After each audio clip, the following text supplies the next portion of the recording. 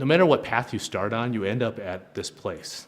And the place is that we're getting really, really good at producing data and producing reports at this point, but how you disseminate those and how people actually decide to do something differently is a whole different animal. It's a whole different endeavor. And it turns out that there's been a lot of research done in neuroscience, which basically says that we are hardwired in our human brains to relate to one another. So trust, relationship, all the stuff that we used to think of soft science, turns out that it's actually hard neuroscience that you can actually see light up on functional MRI.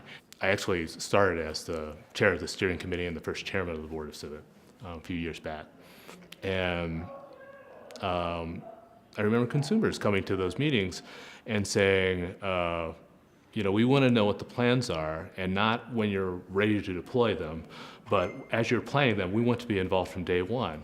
And we said, okay, rule now is that we'll have consumers on every committee from the board on down, you know, all the time. And I said, so, you know, you have our word on that. And they said, yeah, we heard you say that. I said, so the problem would be?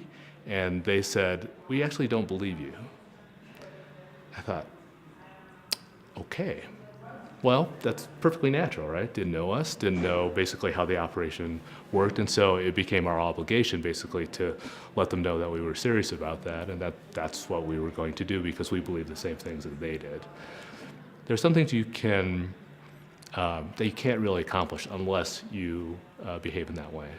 And reforming healthcare, you know, 27 million stakeholders, a gazillion different points of view, it's impossible to get it done unless you have the trust of the people that you deal with, including the people who don't agree with the way you want to do it.